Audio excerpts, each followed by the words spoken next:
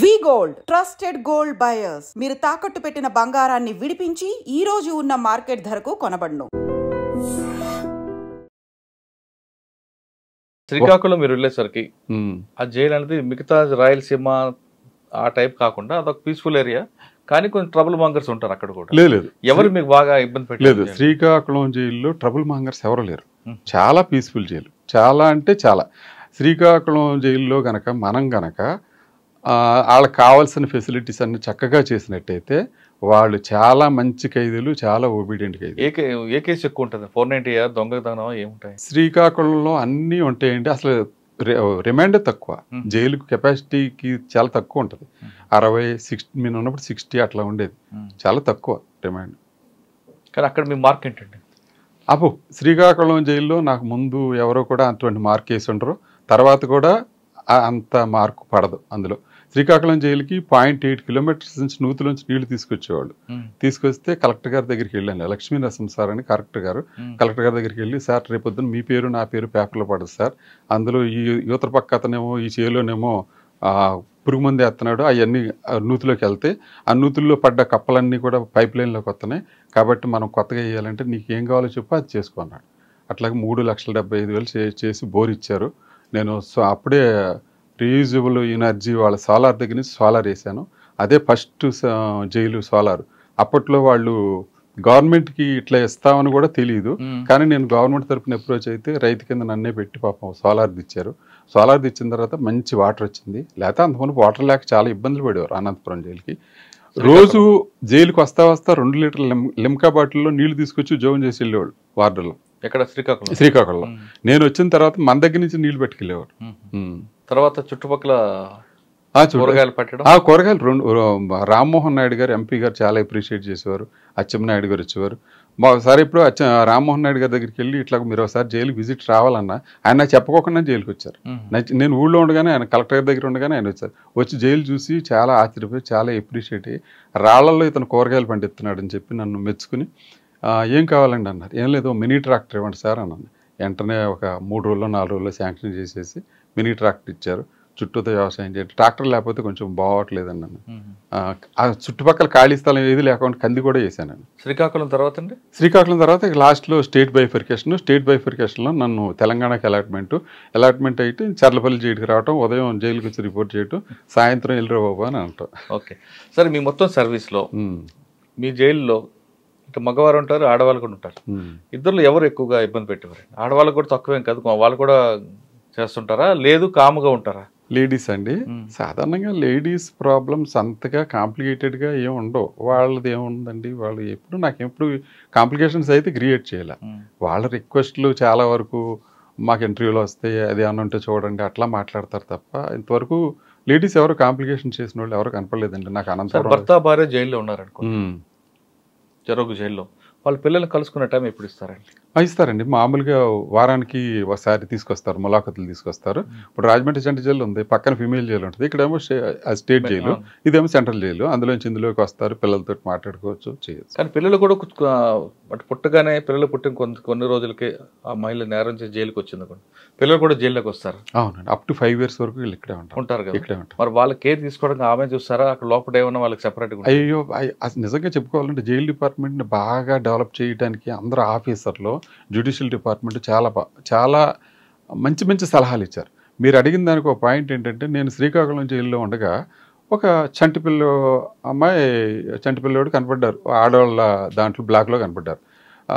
District legal services authority వాళ్ళతో మాట్లాడి అమ్మాయి ఏంటంటే చెప్పారు. అంతా అయిపోయిన తర్వాత ఆవిడకి డౌట్ వచ్చింది, చంటిపిల్లోడు కదా, శీతాకాలం వేడి నీళ్ళు ఇస్తున్నారా లేదా అని డౌట్ వచ్చి ఆవిడ ఒక పాయింట్ మెన్షన్ చేసింది, ఇలా పిల్లలు ఎవరైనా ఉన్నట్టయితే వాళ్ళకి వేడి నీళ్ళు ప్రొవైడ్ చేయడానికి చేయండి అని ఆవిడ రాసింది. అప్పుడు రాస్తే ఉమ్మడి ఆంధ్రప్రదేశ్లో మొత్తం అన్ని జైల్స్కి 3,75,000 పెట్టి సోలార్ వాటర్ హీటర్ పెట్టారు వాళ్ళ కోసం.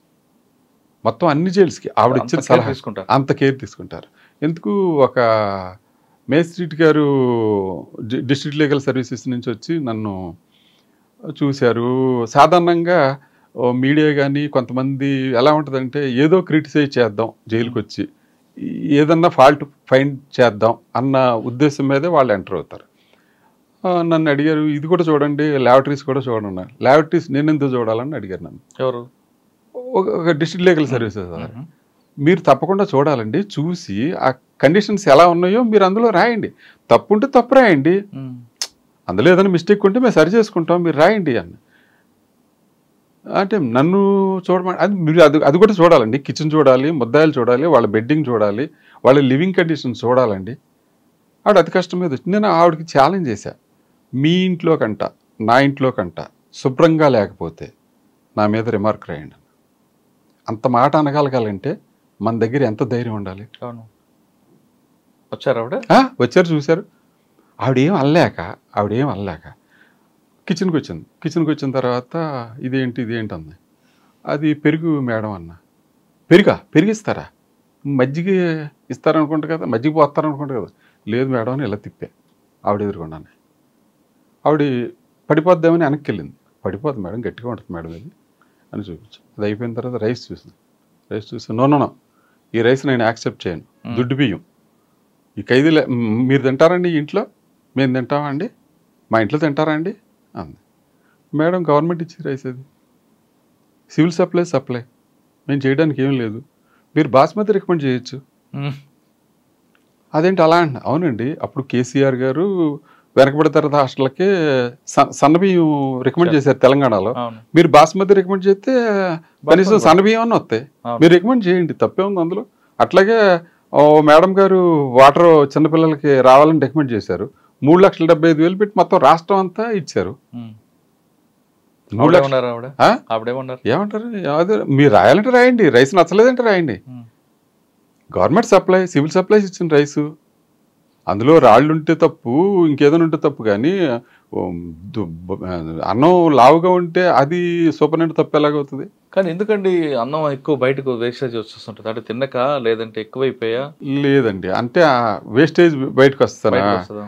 సాధారణంగా ఇప్పుడు మనం పెళ్ళిళ్ళకి వెళ్తాం, మీరు నేను పెళ్ళికి వెళ్తే చాలా వరకు కుడి చేతి తింటా కానీ మనం ఎడం చేయి అడ్డం పెడతాం, ఇది వేయొద్దు, స్వీట్ వేయొద్దు అని పెడతాం. అలాగ అందరూ ఫాలో అవుతారా? అందరూ ఫాలో అవ్వరు. భోజనానికి విలువిచ్చి అది ఒక రైతు పండించాడు, అది ఎంతో కష్టపడితేనే కానీ, చెమట ఉడితేనే కానీ ఈ ఇస్త్రీలోకి రాలేదు అన్న భావం ఉన్నవాళ్లే అట్లా చేస్తారు. వేస్టేజ్ అవ్వకూడదు. నువ్వు ఎంతైనా తినటానికి లిమిట్ ఉండదు, కానీ వేస్టేజ్ అవ్వకూడదుగా. అట్లాంటి మైండ్ సెట్ ఉంటే పర్వాలా, ఆ మైండ్ సెట్ లేనప్పుడు వేస్టేజ్ అంతే. సాధారణంగా యూటీ ప్రిజనర్ కానీ ఎన్ని గ్రాముల రైస్ కేటాయిస్తారండి? ఎన్ని గ్రాముల కూర కానీ, ఎన్ని గ్రాముల మటన్ కానీ, లేదా ఎన్ని గ్రాముల చికెన్ కానీ? పాత స్కేల్ అయితే 1/2 kg కూరగాయలు ఉండేయండి పాత స్కేలు. అలాగే 300 గ్రాములు రైస్ రిమైండ్ వాళ్ళకి ఉండేది. చాలా వరకు అదంతా సరిపోద్దండి. మీరు అన్నారు చూసారా వేస్టేజ్ బయటకు వెళ్తుందని, దాన్ని బట్టి మీకు అర్థం, అది ఎవరు కూడా ఇన్సఫిషియెంట్గా ఉంటారు. తర్వాత ప్రెజెంట్ ఉన్న రూల్ ప్రకారం ఎన్ని గ్రాములు ఇస్తారండి? 300 గ్రాములు ఇస్తారా? 300 అంటే ఆ 300 గ్రాముల రైస్ లోనే టిఫిన్ కానీ 600 రిమైండ్ వాళ్ళకి, 700 ఏమో శిక్ష పడ్డ ఖైదీలకి. 700 grams కన్విట్ పర్ డే. అంటే అందులోనే టిఫిన్, అందులోనే బ్రేక్ఫాస్ట్, అందులోనే లంచ్, డిన్నర్. ఓకే, అందులో దాన్ని ఏం చేస్తారంటే పులిహోర చేయొచ్చు, రవ్వ చేయొచ్చు, లేకపోతే పుల్కాలు చేయొచ్చు. వీటని ఎక్కువగా ఇస్తారు. ఇప్పుడు కొంతమంది షుగర్ ఉంటుంది, షుగర్ ఉన్న పేషెంట్లకి చపాతీ ఇస్తారండి, చపాతీ రాయించుకుంటారు. కొంతమంది జొన్న రొట్టెలే కావాలి నాకు, వంకాయ కూర. జొన్న మనకి ఇంకా ఇంప్లిమెంట్ అవ్వలేదండి, ఆ స్కేల్లో తీసుకురాలేదు. మీరు అన్నట్టు అంత బయట సమాజంలో కూడా మిల్లెట్స్ మీద అంత అవగాహన రాలేదు. అలాంటిది ఖైదీలకి కొంతమంది వచ్చారండి, తెలుసో తెలియని నేరం చేసి లోపలికి వచ్చిన తర్వాత నాకు రైస్ వద్దు, చపాతి వద్దు, సర్వపిండి చెక్కలు కావాలి, జొన్న రొట్టె కావాలి, వంకాయ కూర కావాలి. అట్లే పైగా ఇంకోటి ఏంటంటే, జైల్లో సాధారణంగా కూరగాయల్లో కూడా జైల్లో పండించిన కూరగాయలు అనుకోండి, ముందు ఆ కూరగాయలకి ప్రిఫరెన్స్. ఎందుకంటే గవర్నమెంట్కి అదనంగా డబ్బులు పెట్టుకోకుండా లోపల పండిన కూరగాయలే తినాలి. నెక్స్ట్ కాంట్రాక్ట్ దగ్గర సరిపోతే బయట నుంచి తీసుకోవచ్చు. అది సార్, మీరు విజయవాడ జైలు పనిచేశారు, ఇక్కడ సేలం శెట్టి వెంకటరమణ ఎప్పుడైనా ఎదురుపడ్డా? చెప్పండి. ఆయన పేరు చెప్తే భయపడతారని చెప్తాడు. అట్లా ఏముంటదండి, సేలం శెట్టి వెంకటరమణ కూడా నేను మీ ఇంటర్వ్యూ కూడా చూశాను, అతను మాట్లాడిన మాటలు కూడా చూశాను. జైల్లో ఏదైనా జరుగుద్దని చెప్పడం కూడా నేను విన్నాను. ఏం జరుగుద్ది సేలం శెట్టి వెంకటరమణ నాకు తెలుసున్న అతనే, నేను చూశాను, నేను ఫేస్ చేసి విజయవాడ జిల్లా జైల్లో చేశాను. నేను ఉండగానే రిమాండ్కి వచ్చాడు. నేను ఉండగానే రిలీజ్ అయ్యాడు కూడా. సార్ మీ సర్వీస్లో మీకు బాగా గుర్తుండిపోయిన సంఘటన జైలు, ఈ జైలు నా వల్ల డెవలప్ అయింది, ఈ జైల్లో నేను కొన్ని చేయలేకపోయానని కానీ, లేదు ఈ వ్యక్తి నేను మార్చలేకపోయానని కానీ, లేదు ఇంకొకటి ఈ వ్యక్తి నాకు సర్వీస్లో మర్చిపోలేని విధంగా నన్ను ఇబ్బంది పెట్టాడని కానీ. ఇబ్బంది పెట్టడం అంటే అట్లా ప్రత్యేకంగా మనం వ్యక్తిగతంగా ఫీల్ అవ్వాల్సిన అవసరం అయితే లేదు. అది అందులో మనం సూపరింటెండెంట్ క్యారెక్టర్లో మనం ఉద్యోగం చేయాలి. ఇండివిజువల్గా భోగేశ్వరరావు వేరు, ఆ జైలు సూపరింటెండెంట్ వేరు. జైలు సూపరింటెండెంట్కి ఏమైతే ఫెసిలిటీస్ ఉన్నాయో, ఏమైతే చట్టం వెసులుబాటు ఇచ్చిందో ఆ ప్రకారం పనిచేసుకుంటూ వెళ్ళటమే. మోర్ దాన్ దట్ అది కనుక దాటినట్టయితే మనం చేయగలిగింది ఏం లేదు. అలాగే నాకు సర్వీసులో బాగా సంతోషాన్ని ఇచ్చిన జైలు శ్రీకాకుళం జైలు. శ్రీకాకుళం జైల్లో నేను పాదం పెట్టేటప్పటికి ఒక రకంగా ఉంది, నేను కాలు బయట పెట్టేటప్పటికి వేరే రకంగా అయింది. కొంతమంది అయితే నన్ను అడిగారు, నీకు రివార్డ్ ఇవ్వలేదు అని. నేను రివార్డు కోసం అయితే నేను పనిచేయలే, నా మానసిక తృప్తి కోసం నేను పనిచేశా. ఈ జైలు అంతకుముందు ఎలా ఉందో నా ముద్ర వేస్తే, ఈ ఫిల్మ్ బై రాజమౌళి ముద్ర వేసా అని ఎలా విడుదల చేస్తాడో అలాగే శ్రీకాకుళం జైలు నుంచి నేను బయటకు వెళ్ళేదో నాకు అట్లాగే ఉండాలి. అట్లాగే అన్నీ మార్చా, సర్వం మార్చా. హుదూద్ తుఫాను కూడా నేను ఉండగానే జరిగింది. ఆ హుదూద్ తుఫాను కూడా శ్రీకాకుళం ఊరంతా చీకట్ల మయం, కానీ ఒక్క శ్రీకాకుళం జైలు మట్టికి ఫ్లడ్ లైట్ల మయం. ఎందుకంటే ఫుల్గా జనరేటర్ పెట్టాం, ఫుల్గా ఆయిల్ తెచ్చుకున్నాం, ఫుల్గా పెట్టాం. మా డిఏజీ గారు ఫోన్ చేసి అడిగారు, భోగేశ్వరరావు ఎలాగా ఏమైనా ఇబ్బంది? ఏం ఇబ్బంది లేదు సార్, ఊరంతా డేంజర్ సార్, ఊరంతా డేంజర్ సార్, మాకు మాత్రం ఏం ప్రాబ్లం లేదు. తెల్లవారుజామున ఒక టేక్ షీట్ పడిపోయి పైప్ లైన్ ఊడిపోయింది. అప్పటికప్పుడు అది మిషనరీ షాప్కి వెళ్ళి ఒక పైప్ తీసుకొచ్చి 2 క్లాంపులు వేసేసి మా తెలివితేటలతో దాన్ని బిగించేసేసి మళ్ళీ రిస్టోర్ చేసేసాం మధ్యాహ్నానికల్లా.